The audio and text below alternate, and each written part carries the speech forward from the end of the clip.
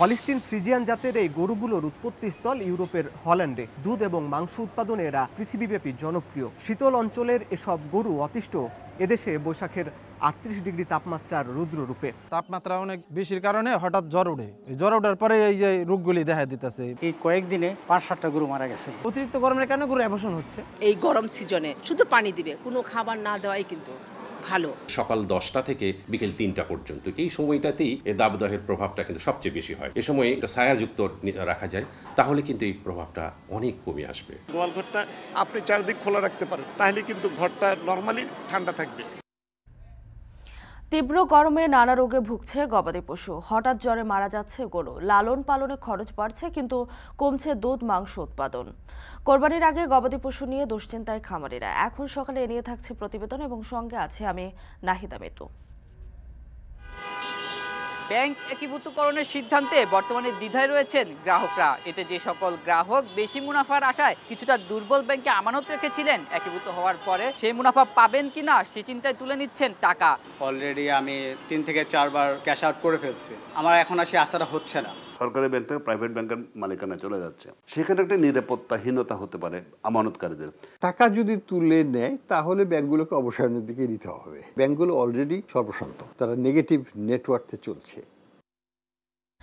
Bank একীভূতকরণের সিদ্ধান্ত কার্যকর নিয়ে সংশয়, দ্বিধা, অনিশ্চয়তায় টাকা তুলে নিচ্ছেন কিছু গ্রাহক। তবে এ নিয়ে তাড়াহুড়া না করার পরামর্শ।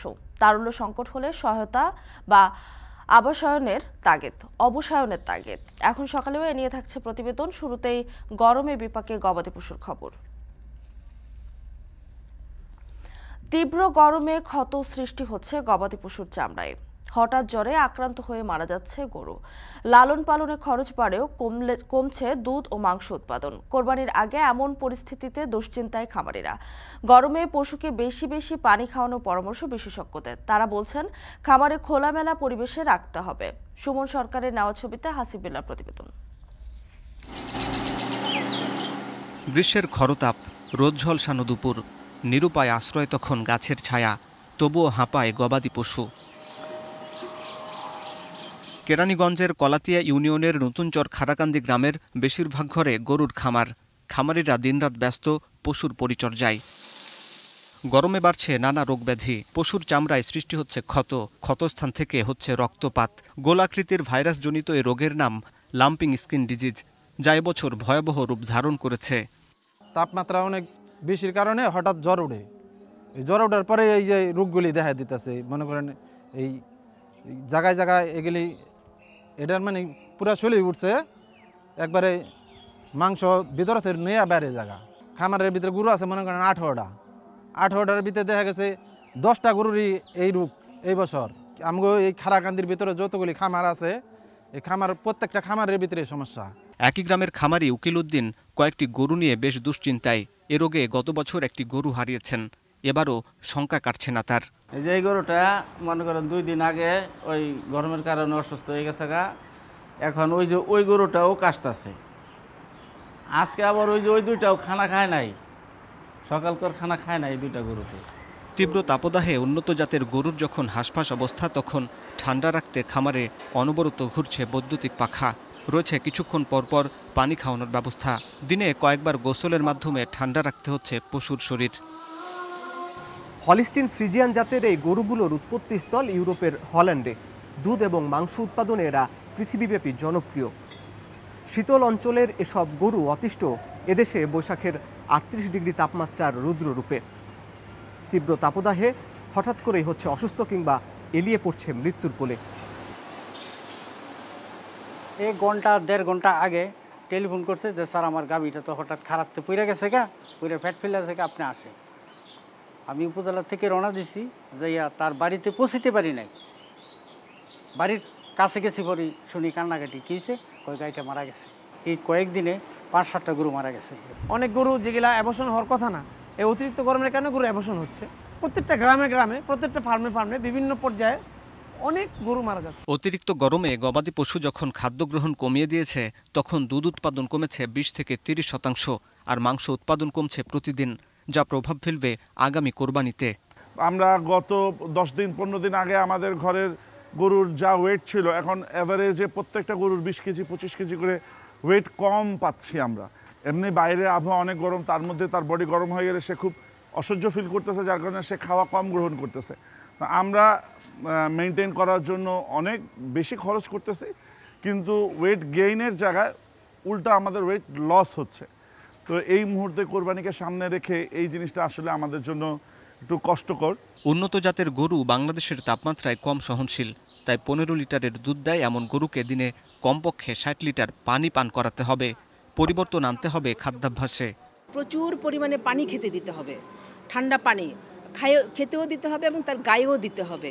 কারণ প্রথম গরু গরমের কারণে যে সমস্যাটা ভোগে সেটা হচ্ছে যে আমাদের যে ব্রেন আছে মানুষের মধ্যে, গরুরও কিন্তু হাইপোথ্যালামাস আছে, সেটা গরম হয়ে যায়।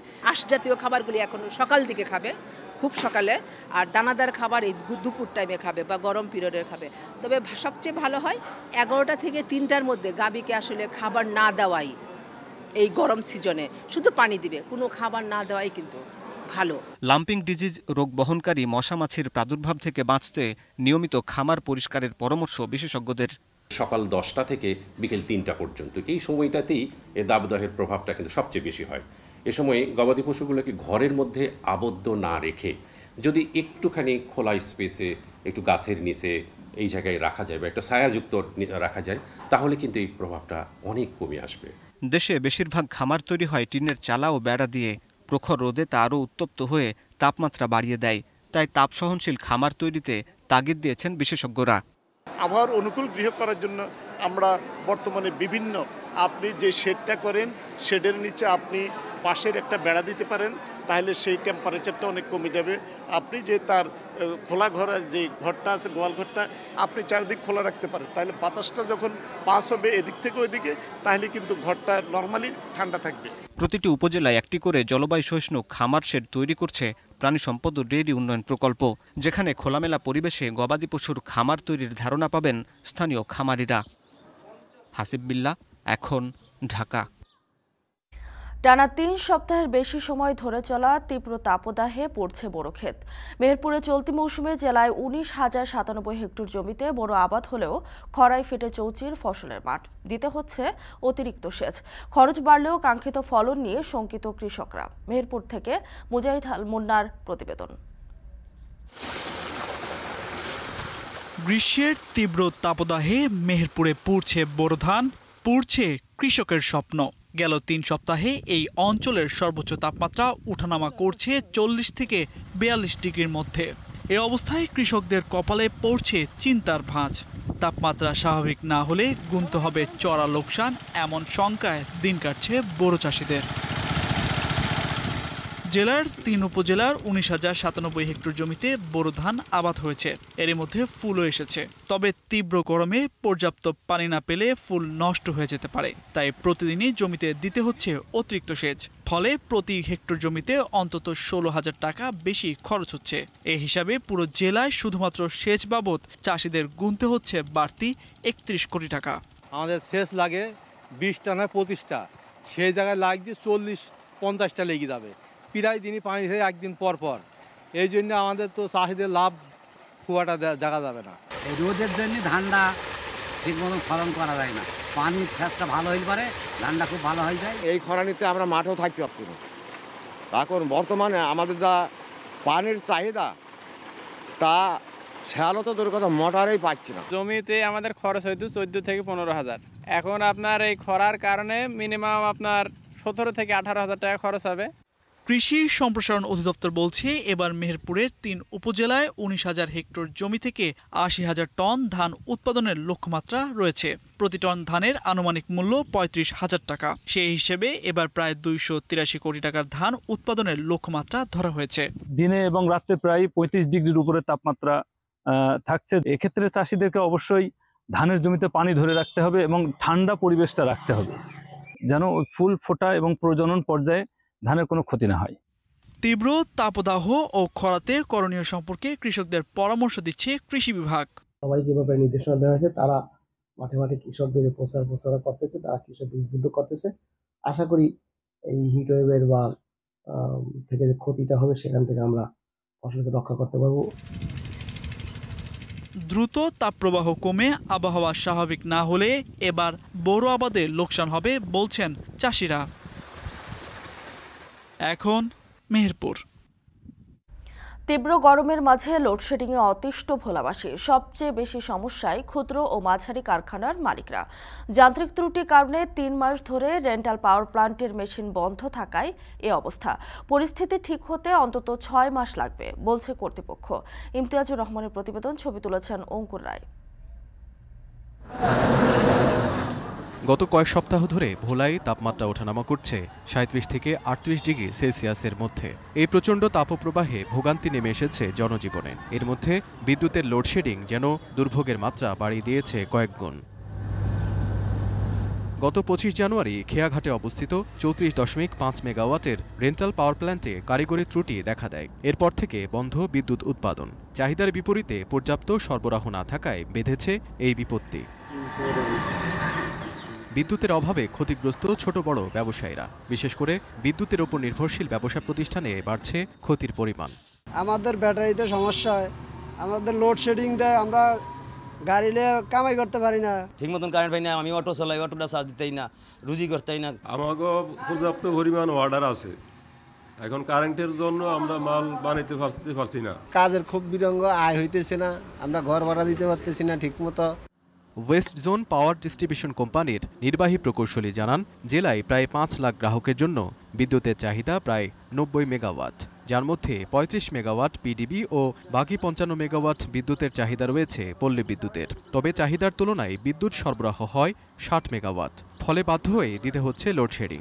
আমরা এখন ন্যাশনাল গ্রিড থেকে বরাদ্দ থেকে নিচ্ছি, নেওয়াতে আমাদের ন্যাশনাল গ্রিডের রুলস অনুসারে, চাহিদা অনুসারে লোড না পাওয়াতে আমরা লোডশেড দিতে বাধ্য হচ্ছি।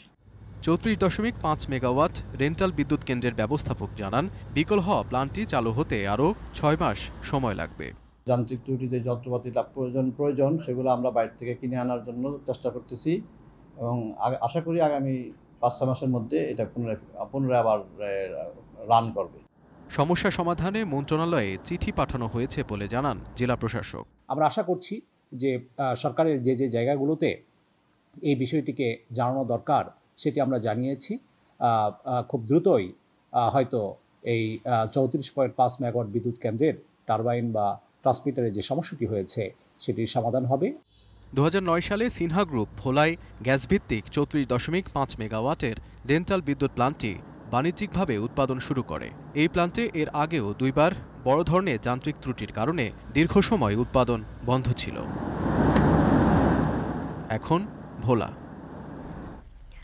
দীর্ঘ ছুটির পর স্কুল কলেজ খোলার একদিন পরে তীব্র তাপপ্রবাহের কারণে ঢাকাসহ ৫ জেলায় আজ বন্ধ থাকবে মাধ্যমিক স্কুল, কলেজ ও কারিগরি শিক্ষা প্রতিষ্ঠান। তবে সকালে ক্লাস থাকায় খোলা প্রাথমিক বিদ্যালয়। এ নিয়ে খুলনা, নীলফামারী এবং রাজধানী থেকে যুক্ত হবেন আমাদের সহকর্মীরা। প্রথমেই যাব খুলনায়, রয়েছেন রামিম চৌধুরী। রামিম, তীব্র তাপপ্রবাহের অন্যতম স্থান খুলনা, সেখানে তো আজ মাধ্যমিক বন্ধ, কিন্তু চলবে প্রাথমিক। কি অবস্থা দেখছেন সেখানে জানাবেন। মৃদু তীব্র যে তাপপ্রবাহ চলছে খুলনাতে, সেই তাপপ্রবাহের যে প্রভাব সেটি কিন্তু পড়েছে এই শিক্ষা প্রতিষ্ঠানগুলোতে। এরই মধ্যে কিন্তু আপনি বললেন কিছুক্ষণ আগেই যে এখানে কিন্তু মাধ্যমিক বিদ্যালয় এবং যে উচ্চ মাধ্যমিক বিদ্যালয় সহ কলেজগুলো সব কলেজগুলো কিন্তু বন্ধ করে দেওয়া হয়েছে এবং আজকে এটি বন্ধ থাকবে এবং আজকের পরে কিন্তু শিক্ষা অধিদপ্তরের যে সিদ্ধান্ত, সেই সিদ্ধান্ত পরে জানানো হবে। এই যে দেখতেই পাচ্ছেন যে আমি পিটিআই স্কুলে রয়েছি এবং স্কুলে কিন্তু এই স্কুলটি কিছুক্ষণ পরেই খুলবে। এখানে প্রাথমিক বিদ্যালয় কিন্তু খোলা রয়েছে।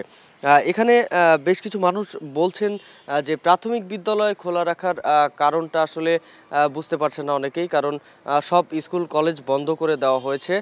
এখানে কিন্তু সূর্যের আলো, সূর্যের যে রোদ সেটি পড়ার সাথে সাথে কিন্তু রোদের যে তীব্রতা সেটি কিন্তু শুরু হয়ে যায়। এখানে প্রতিদিন সকাল ৮টা থেকে কিন্তু এই স্কুলগুলো 11টা পর্যন্ত, বেলা 11টা পর্যন্ত চলবে এবং শিশুরা সকাল 8টা থেকেই কিন্তু ক্লাস শুরু করবে এখানে। তো শিক্ষা অধিদপ্তর যেটি বলছে যে এখানে শিশুদের ক্লাস করানোর জন্য কিন্তু সকাল 8টা থেকে বেলা 11টা পর্যন্ত সময় নির্ধারণ করে দেওয়া হয়েছে, যে সময়টাতে কিন্তু রোদের তীব্রতা বেশ কম থাকে বলে তারা জানিয়েছেন। ঠিক সেই কারণেই যে এই সিদ্ধান্ত নেওয়া হয়েছে এবং এখানে যে মর্নিং শিফটের যে ক্লাস সেটি কিন্তু শুধুমাত্র চলছে। 2 শিফটের যে স্কুলগুলো যেখানে চলতো সেই স্কুলগুলোতেও কিন্তু বর্তমানে বেলা 11:30টা পর্যন্ত স্কুলের সময়সীমা নির্ধারণ করে দেওয়া হয়েছে। এছাড়াও অ্যাসেম্বলি কিন্তু হচ্ছে না স্কুলে। তো এখানে যে পরিমাণ গরম বর্তমানে পড়েছে তাতে বিশেষ করে বেশিরভাগ সময় কিন্তু মাঝারি এবং তীব্র তাপপ্রবাহ এই অঞ্চলের উপর দিয়ে বয়ে চলছে এবং সে কারণেই কিন্তু এখানের অন্যান্য যে স্কুল বিশেষ করে মাধ্যমিক বিদ্যালয়, উচ্চ মাধ্যমিক এবং কারিগরি শিক্ষা প্রতিষ্ঠান এবং মাদ্রাসা যেগুলো রয়েছে সেগুলোই কিন্তু এখন বন্ধ করে দেওয়া হয়েছে এবং আগামীকাল আজকেই কিন্তু আবার পরবর্তী সিদ্ধান্তের কথা জানাবে শিক্ষা অধিদপ্তর। তো আমরা এখন চলে যাব সৈয়দপুরে, সেখানে রয়েছেন আমাদের সহকর্মী মোকাররম হোসাইন। মোকাররম, আপনি জানাবেন যে সেখানকার যে শিক্ষা কার্যক্রম গরমে কি পরিস্থিতি সেখানে?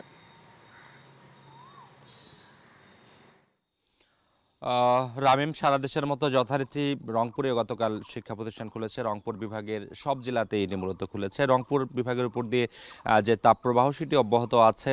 তাপমাত্রা 38 থেকে 40-এর মধ্যেই থাকলেও সেটির অনুভূতি কিন্তু অনেক বেশি এবং ভূপৃষ্ঠের যে উষ্ণতা সেটিও কিন্তু অনেকখানি বৃদ্ধি পেয়েছে এবং রংপুরের বিভাগের অন্যতম উষ্ণতম জেলা সৈয়দপুর, এই সৈয়দপুরে কিন্তু এরকম এই সরকারি যে প্রাথমিক বিদ্যালয় রয়েছে সেই প্রাথমিক বিদ্যালয় রয়েছে 1084 এবং জেলায় ইবতেদায়ী, নিম্ন মাধ্যমিক, উচ্চ মাধ্যমিক বিদ্যালয় সহ মোট শিক্ষা প্রতিষ্ঠানের সংখ্যা প্রায় 2000-এর কাছাকাছি। সব শিক্ষা প্রতিষ্ঠানগুলি কিন্তু ভৌগোলিকভাবে, ভূপ্রাকৃতিকভাবে এমন জায়গায় স্থাপন করা হচ্ছে যে জায়গাগুলোতে মোটামুটি বসতির খানিকটা দূরে। এখন হয়তো বা শিক্ষা প্রতিষ্ঠানের কাছাকাছি বসতি আসলেও বিশ্ববিদ্যালয়ের কাছাকাছি বা বিদ্যালয়ের কাছাকাছি অথবা শিক্ষা প্রতিষ্ঠানের কাছাকাছি খুব বেশি বনায়ন কিংবা সবুজায়ন করা হয়নি, যার ফলে শিক্ষা প্রতিষ্ঠানগুলো কিন্তু একেবারে উষ্ণ পরিবেশে শিক্ষার্থীদের পাঠ গ্রহণ করতে হয় এবং শিক্ষা প্রতিষ্ঠানগুলোতে নিরবিচ্ছিন্ন বিদ্যুতের ব্যবস্থা থাকার কথা থাকলেও এখনও কিন্তু লোডশেডিংয়ের কবলে নাকাল এবং যেই শিফটিং চলছে সেই শিফটিং অনুযায়ী সকাল 8টা থেকে শিক্ষা প্রতিষ্ঠান খুলবার কথা, যার ফলে কিন্তু শিক্ষা প্রতিষ্ঠানের সামনে এখনও পর্যন্ত শিক্ষার্থীদের পানি গ্রহণের যে অতিরিক্ত ব্যবস্থা, শিক্ষার্থীদের জন্য পানি ধারণ করার যে সুযোগ সুবিধা কোনোটিই কিন্তু আমরা দেখিনি। এছাড়া শিক্ষা প্রতিষ্ঠানের আশেপাশে গতকালকে আমরা দেখেছি ফুড পয়জনিং হবার জন্য উপযোগী যে খাবারগুলো রয়েছে সেই খাবার দোকানগুলো কিন্তু বন্ধ করা হয়নি। সুতরাং অতিরিক্ত তাপপ্রবাহের কারণে শিশুদের অসুস্থ হবার কিন্তু অনেকখানি সুযোগও রয়েছে এবং যে নির্দেশনা দেওয়া হয়েছে যে সকাল 2 শিফটে শিক্ষা প্রতিষ্ঠানগুলো সকাল 8টা থেকে শুরু করে এক শিফট চলবে সকাল 9:30 পর্যন্ত এবং 9:45 থেকে শুরু হয়ে দ্বিতীয় শিফট চলবে 11:30 পর্যন্ত এবং এক শিফটের যে বিদ্যালয়গুলো রয়েছে সেই বিদ্যালয়গুলো 8টা থেকে শুরু হয়ে 11:30 পর্যন্ত নিরবিচ্ছিন্নভাবে চলার কথা এবং সেভাবেই চলছে। তবে তাপমাত্রার কথা যদি বলি রামিম, রংপুর বিভাগের মধ্যে সৈয়দপুরে কিন্তু সর্বোচ্চ সংখ্যক তাপমাত্রা থাকছে। আপনি জানেন যে এখানে অনেক সংখ্যক ছোট বড় মাঝারি কলকারখানা রয়েছে, অতিরিক্ত যানবাহনের চাপ রয়েছে, সব কিছু মিলিয়ে কিন্তু রংপুর বিভাগের অন্য জেলায় তাপমাত্রা 36 থাকলে এখানে স্বাভাবিকের চেয়ে সবসময় 3 থেকে 4 ডিগ্রি তাপমাত্রা বেশি থাকে। যদি বলি গতকালকে 3টা পর্যন্ত রংপুরের তাপমাত্রা ছিল 38.5 ডিগ্রি সেলসিয়াস, পঞ্চগড়ে ছিল 37.4, কিন্তু সৈয়দপুরে ছিল 40.2 ডিগ্রি সেলসিয়াস। একই সাথে প্রতিদিনই কিন্তু এই তাপমাত্রার পারদ ঊর্ধ্বমুখী থাকছে। এই মুহূর্তে যে বিদ্যালয়টিতে রয়েছে আমি, এটি কিন্তু নয়াটোলা সরকারি প্রাথমিক বিদ্যালয়। এটি সৈয়দপুরের যে বাণিজ্যিক নগরী, সেই বাণিজ্যিক নগরীর এটি আবাসিক এলাকায় অবস্থিত। 7 দশকেরও পুরনো শিক্ষা প্রতিষ্ঠান এবং 7 দশকের পুরনো শিক্ষা প্রতিষ্ঠানটি কিন্তু এখনও পর্যন্ত একবার অবকাঠামোগতভাবে পরিবর্তন হলেও তাপমাত্রার সাথে সহনশীল যে পরিবর্তন, সেই পরিবর্তন কিন্তু আমরা লক্ষ্য করিনি।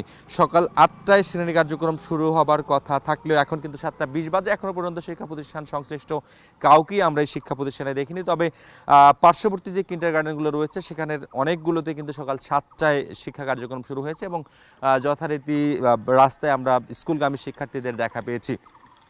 শিক্ষক শিক্ষার্থীদের সাথে কথা হয়েছে, তারা বলছেন তারা শিক্ষার্থীদেরকে নির্দেশনা দিয়েছেন গরমে অতিরিক্ত পানি সংরক্ষণের জন্য সাথে পানির বোতল রাখা, পানির পট রাখা, তাপমাত্রা সহনশীল পোশাক পরিধান করা এবং অভিভাবকদেরকে অনুরোধ করা হয়েছে যে যেন শিক্ষার্থীদের স্কুল আসার সঙ্গে সঙ্গে শিক্ষার্থীদের সঙ্গে ছাতা দিয়ে দেওয়া হয় এবং তাপ নিবারণের জন্য নিজেদের থেকে যে উদ্যোগগুলো রয়েছে সেগুলো যেন নেবার ক্ষেত্রে সচেতন থাকা হয়। সেই নির্দেশনাগুলো কিন্তু শিক্ষকদের পক্ষ থেকে অভিভাবকদের কাছে জানানো হয়েছে। এবার ঢাকায় জানতে চাই ঢাকার শিক্ষা কার্যক্রম কীভাবে চলছে। সেখানে আছেন আমাদের সহকর্মী ফরহাদ বিন নূর, তার কাছে জানবো ঢাকার শিক্ষা প্রতিষ্ঠানের খবরাখবর। ফরহাদ।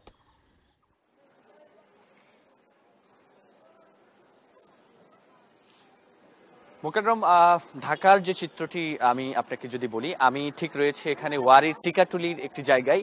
এখানে পাশাপাশি 3টা শিক্ষা প্রতিষ্ঠান রয়েছে। একটি সরকারি প্রাথমিক বিদ্যালয় যেখানে 1 থেকে প্রথম শ্রেণী থেকে 5ম শ্রেণী পর্যন্ত, এবং পাশের 2টো শিক্ষা প্রতিষ্ঠান হচ্ছে মাধ্যমিক যেখানে সংযুক্ত প্রাথমিক রয়েছে। অর্থাৎ একটি সরকারি প্রাথমিক বিদ্যালয়ের শিক্ষার্থীরা যখন এখানে ক্লাস করবে, পাশের আর 2টো শিক্ষা প্রতিষ্ঠানের প্রাথমিকের ক্লাস কিন্তু বন্ধ থাকবে। এখানকার এই মুহূর্তের চিত্রটা যদি বলি, এখানে যে শহীদ নবী সরকারি মডেল প্রাথমিক বিদ্যালয় রয়েছে সেখানকার শিক্ষার্থীরা কিন্তু ইতিমধ্যে এখানে উপস্থিত হওয়া শুরু করেছে।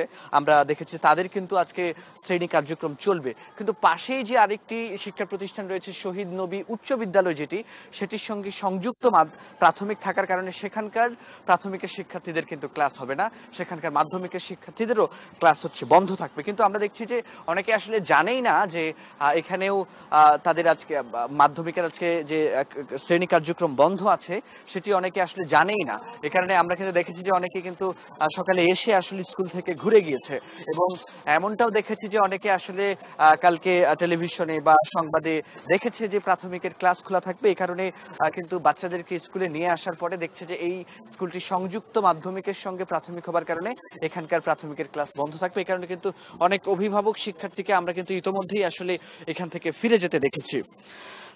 আরেকটা বিষয় একটু বলতে হয় যে 2 মন্ত্রণালয়ের ভেতরে প্রাথমিক ও গণশিক্ষা মন্ত্রণালয় এবং যে শিক্ষা মন্ত্রণালয়, 2 মন্ত্রণালয়ের মধ্যে যে আমরা একটা সমন্বয়হীনতার আমরা দেখছি, সমন্বয়ের অভাব দেখছি, সেটি কিন্তু আজকে একেবারে রাজধানীর স্কুলগুলোতে দেখলে কিন্তু স্পষ্ট বোঝা যাচ্ছে। যে আমরা দেখছি যে এক প্রাথমিকের বিদ্যালয়ের শিক্ষার্থীরা ক্লাস করতে পারছে, আবার অন্য প্রাথমিকের শিক্ষার্থীদের ক্লাস বন্ধ থাকছে।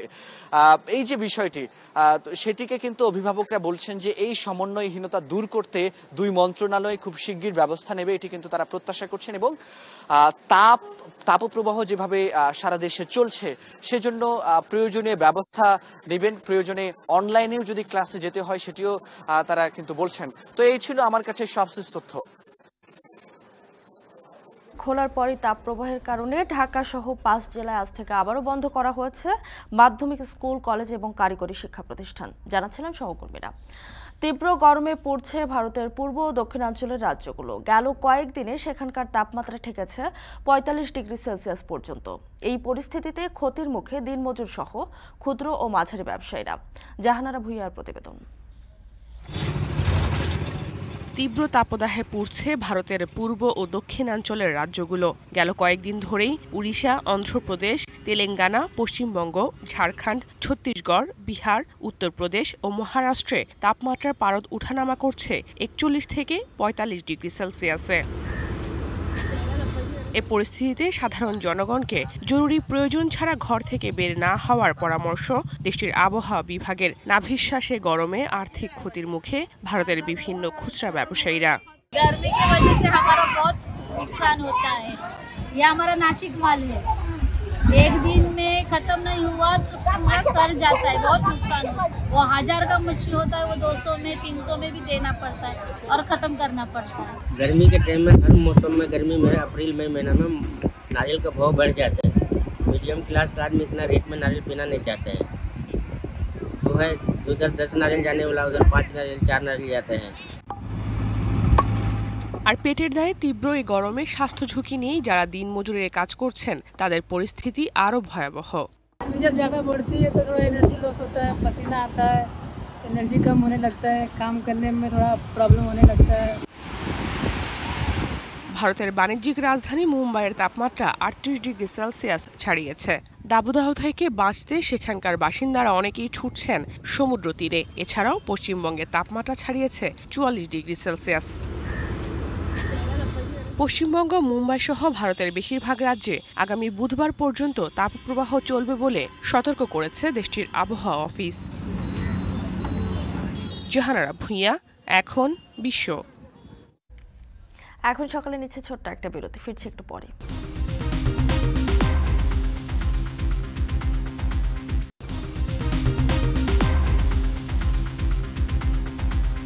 বিরতির পর আবারও স্বাগত, দেখছেন এখন সকাল।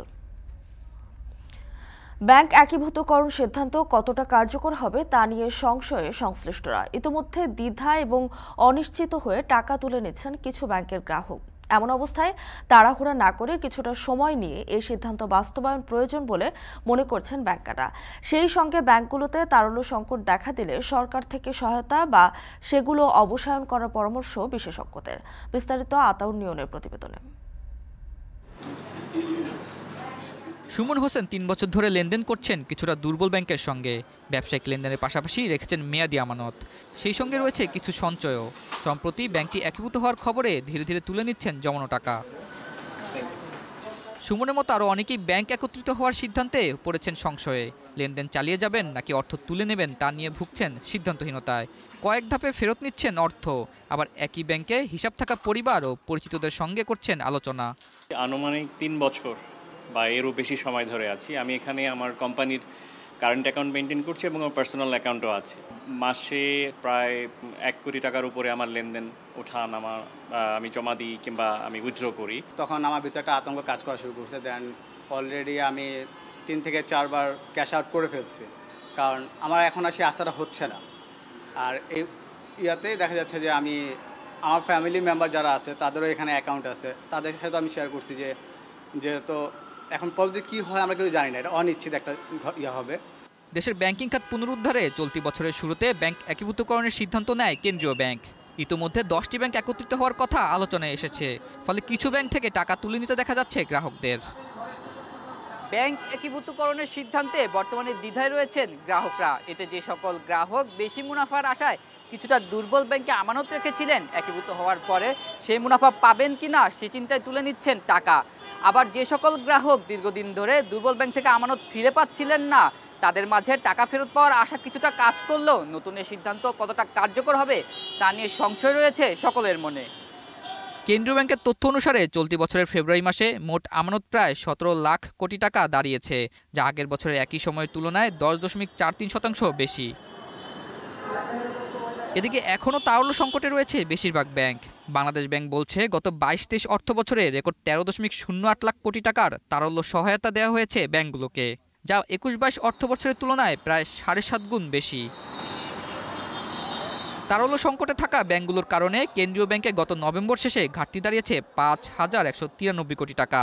এছাড়া গত বছরের নভেম্বরে ব্যাংকিং খাতে উদ্বৃত্ত তারল্য দাঁড়িয়েছে 1,41,000 কোটি টাকা, যা জুলাই থেকে 1,81,000 কোটি টাকা কম। আর্থিক অবস্থা ভালো খারাপ যেমনই হোক না কেন, সব ব্যাংকই বেড়েছে সুদ হার। ভালো ব্যাংকগুলো 9 থেকে 10% সুদ হার দিলেও খারাপ অবস্থায় থাকা কিছু ব্যাংক দিচ্ছে 12% পর্যন্ত। এতে একীভূত হওয়ার খবরে বেশি সুদেও দুর্বল ব্যাংকে গ্রাহক কমেছে। একীভূতকরণের সিদ্ধান্তে মূলত দ্বিধাদ্বন্দ্বে থাকায় গ্রাহক টাকা তুলে নিচ্ছেন বলে জানান এই ব্যাংকার। এই দুটো ব্যাংক যখন মার্জ করবে, মানে তথাকথিত মার্জার যদি আমরা বলি, তো এখানের মধ্যে একটা বিশাল একটা ক্রাইসিস এবং কনফ্লিক্ট দেখা দেবে। এখন সেইটার গ্রাহকরা তাতে শঙ্কিত নয়। গ্রাহকরা মূলত শঙ্কিত হচ্ছে যে বেসিক ব্যাংকের মধ্যে একটি ব্যাংক, সরকারি ব্যাংক যখন প্রাইভেট ব্যাংকের সাথে মার্জ হতে যায়, তারা সরকারি ব্যাংক থেকে প্রাইভেট ব্যাংকের মালিকানা চলে যাচ্ছে। সেখানে একটা নিরাপত্তাহীনতা হতে পারে আমানতকারীদের। হঠাৎ করে অনেকগুলো মার্জারের সিদ্ধান্ত হচ্ছে, এটি আমার কাছে কেন যেন তাড়াহুড়া বলে মনে হচ্ছে। গ্রাহক অর্থ ফেরত নেওয়ার ফলে দুর্বল ব্যাংকগুলোতে তারল্য সংকট দেখা দিলে সরকার থেকে সহায়তা বা সেগুলো অবসায়ন করতে হবে বলে জানান এই অর্থনীতিবিদ। বড় রকমের ক্যাপিটাল ইনজেকশন দরকার হবে এবং সেই ধরনের হাজার হাজার কোটি টাকা ঢালার মতো সামর্থ্য ব্যাংকের পর্ষদের বা স্টক শেয়ার হোল্ডারদের নাই বা ইচ্ছাও নাই। এই প্রেক্ষিতে সেই ব্যাংকগুলোকে চালিয়ে রাখা, বাঁচিয়ে রাখার কোনো প্রয়োজন নাই। কাজেই তাদেরকে হয় অবসায়নে যেতে হবে, না হয় মার্জিংয়ে যেতে হবে। টাকা যদি তুলে নেয় তাহলে ব্যাংকগুলোকে অবসায়নের দিকে নিতে হবে, স্যার ব্যাংকের আর তেমন কিছু থাকবে না। তবে কথা হলো যে সবচেয়ে মুদ্রা কথা হচ্ছে ব্যাংকগুলো অলরেডি সর্বশান্ত, তাদের নেটওয়ার্ক কিছু নাই, তারা নেগেটিভ নেটওয়ার্কে চলছে। সরকার বা বেসরকারি ব্যাংক যেটাই একীভূত হোক না কেন, গ্রাহকের আমানত নিশ্চিত করতে হবে। সেক্ষেত্রে ব্যাংক থেকে অর্থ লোপাটকারীদের শাস্তির মাধ্যমে সামনে আনতে হবে বলে মনে করেন বিশ্লেষকরা। আতাউর নিয়ন, এখন, ঢাকা। বগুড়ায় একটি বাড়িতে বিস্ফোরণে 3 কিশোরী ও একজন গৃহবধূ আহত, তাদের মধ্যে আশঙ্কাজনক একজনকে ঢাকায় স্থানান্তর। বাড়িটিতে পটকা তৈরির কারণে এই দুর্ঘটনা বলে দাবি স্থানীয়দের। তবে গ্যাস সিলিন্ডার নাকি পটকা থেকে বিস্ফোরণ তা এখনও নিশ্চিত হওয়া যায়নি। রবিউল ইসলামের ক্যামেরায় হেদায়েতুল ইসলাম বাবুর প্রতিবেদন। রবিবার রাত 9টার দিকে হঠাৎ বিকট শব্দে কেঁপে ওঠে বগুড়া শহরের মালতীনগরের রেজাউল আলমের বাড়ি। আশেপাশের লোকজন ছুটে গিয়ে দেখেন বিধ্বস্ত বাড়িতে আহত অবস্থায় পড়ে আছেন রেজাউলের স্ত্রী, কন্যা, ভাতিজি সহ 4 জন। উদ্ধার করে তাৎক্ষণিক শহীদ জিয়া মেডিকেল কলেজ হাসপাতালে ভর্তি করা হয় তাদের। বড় ভাইয়ের গ্যারেজে আমি বসেছিলাম, এর ভিতর দিকে তো সেই রকম একটা শব্দ হলো। আমি দৌড়াদৌড়ি করে আসলাম, এসে শুনি যে হয়েছে, 4 জনকে মেডিকেলে নিয়ে যাওয়া হয়েছে। বিরাট আকারের একটা শব্দ হয়েছে, শব্দ হয়ে ঘরের চাল উড়ে গেছে, দেওয়াল ভেঙে গেছে। ওই বাড়িতে গ্যাস সিলিন্ডার থাকলেও অক্ষত অবস্থায় পড়ে থাকতে দেখেন স্থানীয়রা। তবে রেজাউলের মা রেবেকা বেগম দীর্ঘদিন ধরে বাড়িতে পটকা তৈরি করতেন, জানান এলাকাবাসী। এ ধরনের বিভিন্ন উপকরণও পড়ে থাকতে দেখেন তারা। পটকার ওগুলো দেখলাম, আর গ্যাস সিলিন্ডার একটা আমরা তো ওখানে সরেতেছি, ওটা ব্লাস্ট হয়নি, এইটুকুই। আগে কাজ পটকার কাজ হতো, কিন্তু ওগুলা সব কিছু বাদ দিয়ে দিছে। খবর পেয়ে ফায়ার সার্ভিস ও পুলিশ কর্মকর্তারা ঘটনাস্থল পরিদর্শন করেন। পুলিশ সুপার সাংবাদিকদের জানান, ঘটনার কারণ অনুসন্ধানের কাজ করছেন তারা। এটি বিস্ফোরণের ঘটনা ঘটেছে, যেভাবে হোক না কেন এটা আমাদের অনুসন্ধানে অবশ্যই বেরিয়ে আসবে। সেক্ষেত্রে আমরা বিভিন্ন বিশেষজ্ঞ যারা আছে তাদের আমরা মতামত গ্রহণ করব। এখানে গ্যাস সিলিন্ডার ছিল, তারপর এখানে কম্প্রেসার ছিল, আবার এখানে আমরা দেখেছি যে অনেক পটকাও পাওয়া গেছে, আবার পটকা তৈরির যে উপাদান সেগুলো কন্টেনারে ছিল। আহতদের মধ্যে কিশোরী তাসলিম আক্তার বুশরার অবস্থা গুরুতর হওয়ায় তাকে ঢাকায় স্থানান্তর করা হয়েছে। হেদায়েতুল ইসলাম বাবু, এখন, বগুড়া। করোনা পরিস্থিতি স্বাভাবিকের পর অধিকাংশ সীমান্ত হাট চালু হলেও ব্রাহ্মণবাড়িয়ার কসবা সীমান্ত হাট এখনও বন্ধ। দীর্ঘ 4 বছরেও হাটটি চালু না হওয়ায় ক্ষতির মুখে হাটের ব্যবসায়ীরা। কবে নাগাদ হাট খুলবে সে সম্পর্কে তথ্য নেই ব্যবস্থাপনা কমিটির কাছেও। তবে সীমান্ত হাট কমিটির দাবি, বাণিজ্যের সমতা না থাকায় হাটটি বাংলাদেশের জন্য অলাভজনক, ফলে এটি খোলার ব্যাপারে ধীরে চলনীতিতে ব্যবস্থাপনা কমিটি। আজিজুল সঞ্চয়ের প্রতিবেদন। করোনার সংক্রমণ ঠেকাতে 2020 সালের মার্চে অনির্দিষ্টকালের জন্য বন্ধ ঘোষণা করা হয় ব্রাহ্মণবাড়িয়ার কসবা সীমান্ত হাট। এরপর কেটে গেছে 4 বছরেরও বেশি সময়। স্বাভাবিক হয়েছে জীবনযাত্রা, তবুও করোনার ছুটিতেই রয়ে গেছে কসবা সীমান্ত হাট, ফলে আয় নেই হাট ব্যবসায়ীদের। যদিও দেশের অন্য সীমান্ত হাটগুলোর বেশিরভাগই খুলে দেওয়া হয়েছে আরও আগেই, তবে কসবা সীমান্ত হাট বাংলাদেশের জন্য লাভজনক না হওয়ায় এটি পুনরায় চালুর ব্যাপারে জোর উদ্যোগ নেই সংশ্লিষ্টদের। ব্যবসায়ীরা জানান, দীর্ঘদিন হাট বন্ধ থাকায় ভারতীয় ব্যবসায়ীদের কাছে পাওনা আদায় করতে পারছেন না বাংলাদেশের ব্যবসায়ীরা। এই হাট সীমান্ত এলাকার বাসিন্দাদের জন্য হলেও অধিকাংশ ক্রেতাই বাইরের।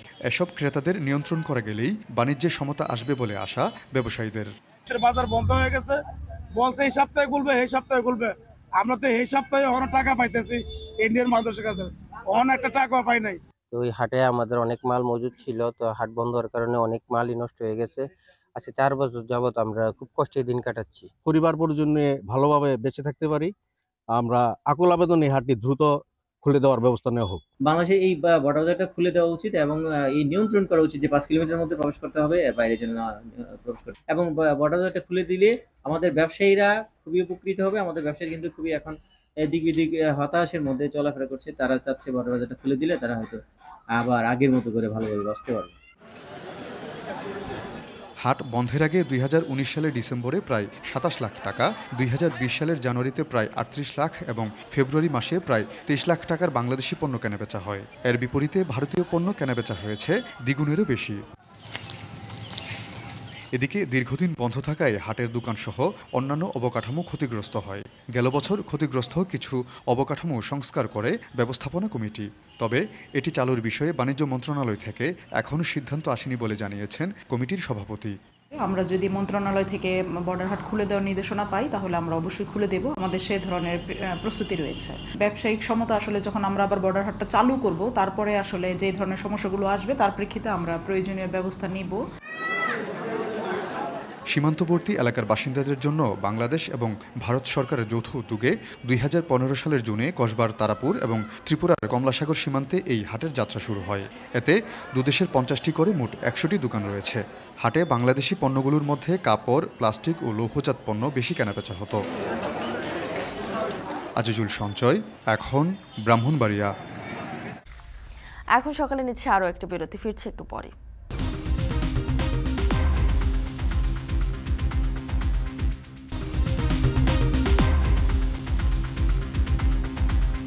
বিরতির পর আবারও স্বাগত, দেখছেন এখন সকাল। আগে দর্শন, তারপর গুণ বিচার। ফেসবুক ইনস্টাগ্রামের যুগে এ যেন হয়ে উঠেছে এক নির্মম সত্য। তাই তো বোর্ড পরীক্ষায় 98.5% নম্বর পাওয়া প্রাচী নিগমের মেধার বদলে গোটা ভারতে চর্চা চলছে তার রূপ নিয়ে। বয়সে আর অভিজ্ঞতায় নবীন প্রাচীও কম নন। চরমভাবে ট্রোলের শিকার হলেও হাসি মুখেই জবাব দিয়ে পরিস্থিতি সামলাচ্ছেন তিনি। বিস্তারিত জানাচ্ছেন Nuzhat Kamal. Beauty parlour, Instagram আর ক্যামেরায় ফিল্টারের যুগে স্মার্টফোন, কম্পিউটারে সামাজিক যোগাযোগ মাধ্যম হোক বা টেলিভিশন পর্দা, যেদিকে চোখ যায় শুধু নিখুঁত মুখচ্ছবি। হয়তো তাই বলিরেখা, দাগ বা লোমশ ত্বক মানবদেহের স্বাভাবিক বৈশিষ্ট্য হলেও অকৃত্রিম এই রূপেই কুঁচকে ওঠে বাকিদের চোখ। বলছি, ভারতের উত্তরপ্রদেশে 10ম শ্রেণীর বোর্ড পরীক্ষায় সর্বোচ্চ নম্বর পেয়ে সাড়া ফেলে দেওয়া প্রাচী নিগমের কথা। 150 কোটি মানুষের দেশ ভারতের অন্যতম ঘনবসতিপূর্ণ রাজ্য উত্তরপ্রদেশে তুমুল প্রতিযোগিতায় সকলকে টপকে গেছে এই কৃতি শিক্ষার্থী। 600-তে 591 নম্বর পেয়ে লাখো শিক্ষার্থীকে পেছনে ফেলেছে। কিন্তু এগিয়ে যাওয়ার জন্য যতটা না আলোচিত, তার চেয়ে বেশি সমালোচিত হচ্ছেন মুখের ত্বক বেশি লোমশ বলে। यूपी में 98.50% प्राप्त हुए हैं और बहुत लोगों ने मुझे बधाइयाँ भी दी और सपोर्ट भी किया है। जब ये यूपी बोर्ड का रिजल्ट निकला तो ये जो मेरी फोटो थी ये बहुत वायरल हो गई और 2-3 दिन तक ट्रेंडिंग में भी चली। और जिन लोगों ने मेरा सपोर्ट किया उनको भी थैंक यू। और जिन लोगों को लगा कि हाँ ये ऐसी फोटो है, ये कैसी लड़की है, तो उन्होंने अपने विचार व्यक्त किए कमेंट पे। গত 20 এপ্রিল পরীক্ষার ফল প্রকাশের পর টপার হিসেবে প্রাচীর ছবি ভাইরাল হয় সামাজিক যোগাযোগ মাধ্যমে। একদিকে অনন্য অর্জনের জন্য প্রশংসার বন্যায় ভাসলেও অন্যদিকে নিজের বাহ্যিক রূপ নিয়ে তীব্র হেনস্থাও হতে হয় তাকে। তবে এসবের কিছুই আমলে না নিয়ে বেশ বিনয়ের সাথে হাসি মুখে ট্রলের জবাব দেন প্রাচী। জানান আইআইটির সর্বভারতীয় পরীক্ষায় উত্তীর্ণ হওয়ার অবিচল লক্ষ্যের কথা। सूरत और सीरत में फर्क करने वालों को उनको भी बधाई और मुझे कोई फर्क नहीं पड़ता वो क्या कह रहे हैं, क्योंकि भारत में ऐसे मतलब कि बहुत सारे उदाहरण होते हैं कि हाँ ये तो फिजिकल गॉड ने जैसा बना दिया वैसा ठीक है। और जिन लोगों को फर्क पड़ता है वो अपना इस पर कमेंट व्यक्त करें। और ये और चाणक्य ने भी कि सूरत पर उनको भी ट्रोल किया गया लेकिन उन्होंने उस पर ध्यान नहीं दिया, वैसे ही मैं भी अपनी शिक्षा पर ध्यान दे रही हूँ। ভারতে প্রকৌশল ও প্রযুক্তিবিদ্যায় উচ্চশিক্ষার জন্য বিশেষায়িত প্রতিষ্ঠানের বিশাল network Indian institutes of technology বা আইআইটি। উচ্চ মাধ্যমিক পার করে সর্বভারতীয় পরীক্ষায় সফল হলে তবেই বিশ্বখ্যাত আইআইটিতে পড়ার সুযোগ পান অধ্যবসায়ীরা, যে তালিকায় আছে প্রযুক্তি জায়ান্ট গুগলের প্রধান নির্বাহী সুন্দর পিচাই সহ বাঘা বাঘা সব নাম। সে দলেই ফিরতে চান প্রাচীও। শিক্ষা অর্জনের পথে লেগে থেকে স্বপ্ন পূরণের দৌড়ে নাম লেখানোর প্রাচীর সঙ্গে কথা বলে তাকে উৎসাহ দিয়েছেন ভারতের প্রধান বিরোধী দল কংগ্রেসের সাধারণ সম্পাদক প্রিয়াঙ্কা গান্ধী। নুজহাত কামাল, এখন বিশ্ব। ভারতের 7 দফার ভোট গ্রহণ শেষ হয়েছে মাত্র 2 ধাপ। এর মধ্যে টানা তৃতীয় মেয়াদে জয়ের আশায় প্রধানমন্ত্রী নরেন্দ্র মোদী, আর 20টির বেশি দলের সঙ্গে জোট বেঁধে বিজেপিকে আটকানোর চেষ্টায় রাহুল গান্ধী। বিশ্বের সবচেয়ে জনবহুল দেশটির নির্বাচনে পেশাদার রাজনীতিবিদদের পাশাপাশি লড়াই চলছে অভিনেতা ধনকুবের ও ক্রীড়াবিদদের মাঝেও। কলকাতা থেকে কমল দত্তের পাঠানো তথ্য, ছবিতে বিস্তারিত। তীব্র তাপদাহে পড়ছে দক্ষিণ ও দক্ষিণ পূর্ব এশিয়ার অধিকাংশ দেশ। ভারতে তাপমাত্রার পারদ ছাড়িয়েছে 44 ডিগ্রি। গ্রীষ্মের আবহাওয়ার মতো উত্তপ্ত রাজনীতির মাঠও। কথার লড়াইয়ে তুঙ্গে ভোটের রাজনীতি। জমজমাট আয়োজনে 7 ধাপের লোকসভা নির্বাচনে ভোট দেবেন প্রায় 97 কোটি ভোটার। এরই মধ্যে শেষ হয়েছে লোকসভা নির্বাচনের প্রথম ও দ্বিতীয় দফার ভোট। আগামী 7 মে তৃতীয় পর্বের ভোটে ভাগ্য পরীক্ষায় নামবেন নরেন্দ্র মোদীর second in command Amit Shah. লড়বেন ডিম্পল যাদব, শিবরাজ সিং চৌহান সহ একাধিক হেভিওয়েট প্রার্থী। যদিও এরই মধ্যে জয়ের ব্যাপারে আত্মবিশ্বাসী প্রধানমন্ত্রী নরেন্দ্র মোদীর বিজেপি নেতৃত্বাধীন এনডিএ জোট। বিভিন্ন জরিপ ও রাজনৈতিক বিশ্লেষকরা এবারের নির্বাচনে আবারও বিজেপিকে এগিয়ে রাখছেন। তবে পশ্চিমবঙ্গ জয়ে মোদীর স্বপ্ন সফল হবে না বলে মত অনেকের। জরিপ বলছে এবারের নির্বাচনে পশ্চিমবঙ্গে তৃণমূল কংগ্রেসের ঘরে যেতে পারে 24টি আসন, আর বিজেপি পাবে 16টি এবং বাম কংগ্রেস জোট পেতে পারে 2টি আসন। টানা দুবারের প্রধানমন্ত্রী নরেন্দ্র মোদীর হ্যাট্রিক জয় থামাতে মরিয়া বাকি রাজনৈতিক দল। সভা, সমাবেশ, মিছিল, মিটিংয়ে চলছে পাল্টাপাল্টি কথার লড়াই।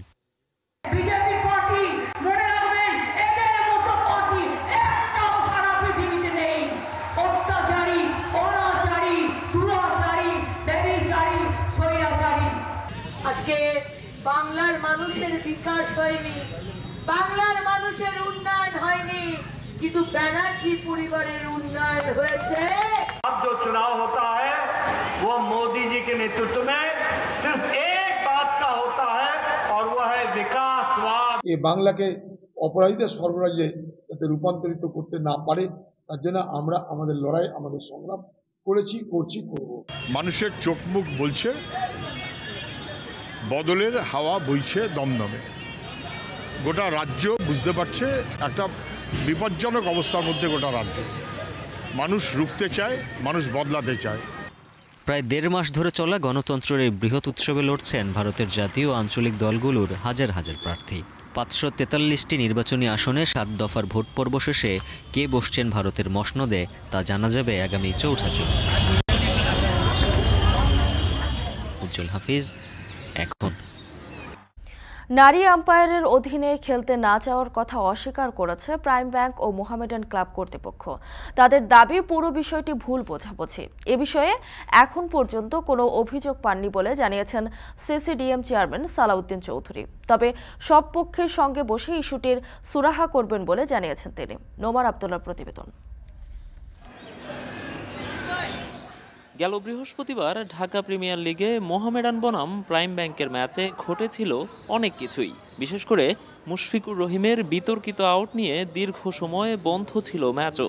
তবে সবকিছু ছাপিয়ে যায় নারী আম্পায়ার ইস্যু। ম্যাচ পরিচালনার দায়িত্বে থাকা সাথীরা জাকির জেসিকে নিয়ে ম্যাচ শুরুর আগেই আপত্তি তোলা হয় 2 ক্লাবের পক্ষ থেকে।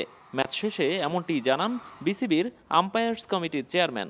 ফার্স্ট টাইম মহিলা আম্পায়ার আপনার প্রিমিয়ার লিগে দিলাম। She is officially ICC international প্যানেলের আম্পায়ার। ওনাকে যখন দিয়ে করেছে এরা তো অ্যাসেসমেন্ট করেই দিয়েছে, রাইট? সো এখন এটা অ্যাকসেপ্টেবল না, তাহলে তো এটা আমরা ডিসক্রিমিনেশন করতেছি। তারা কমপ্লেন করেছিল যে তারা খেলবে না, পরে দে অ্যাকসেপ্টেড। এরপর সামাজিক যোগাযোগ মাধ্যমে ওঠে ঝড়। 2 ক্লাবের কর্মকর্তাদের পাশাপাশি প্রাইম ব্যাংকের ক্রিকেটার তামিম ইকবাল, মুশফিকুর রহিম ও মাহমুদুল্লাহ রিয়াদকে রীতিমতো তুলোধনা করতে থাকেন নেটিজেনরা। ছড়ানো হয় ধর্মবিদ্বেষও। আসলেই কি নারী আম্পায়ার নিয়ে আপত্তি ছিল ক্লাব কর্মকর্তা কিংবা ক্রিকেটারদের? জানতে চাই 2 ক্লাবের কর্তৃপক্ষের কাছে। আমরা তো কোনো কমপ্লেনও করি না, আবার লিখিত কমপ্লেন করি না, ইভেন আমরা মৌখিক কমপ্লেনও করি না। বিষয়টা কি ভাই, আম্পায়ার নিয়ে কিন্তু আমরা কোনো কমপ্লেন করি না। এটা জিসি আপাকে নিয়ে ইচ্ছা করে এটা করানো হচ্ছে। মেয়ে আম্পায়ার নিয়ে মেয়ে নারী বিদ্বেষের একটা ইস্যু দিকে যাচ্ছে। বাস বেসিক্যালি এই ধরনের কোনো ইস্যুই আমাদের সাথে হয় নাই।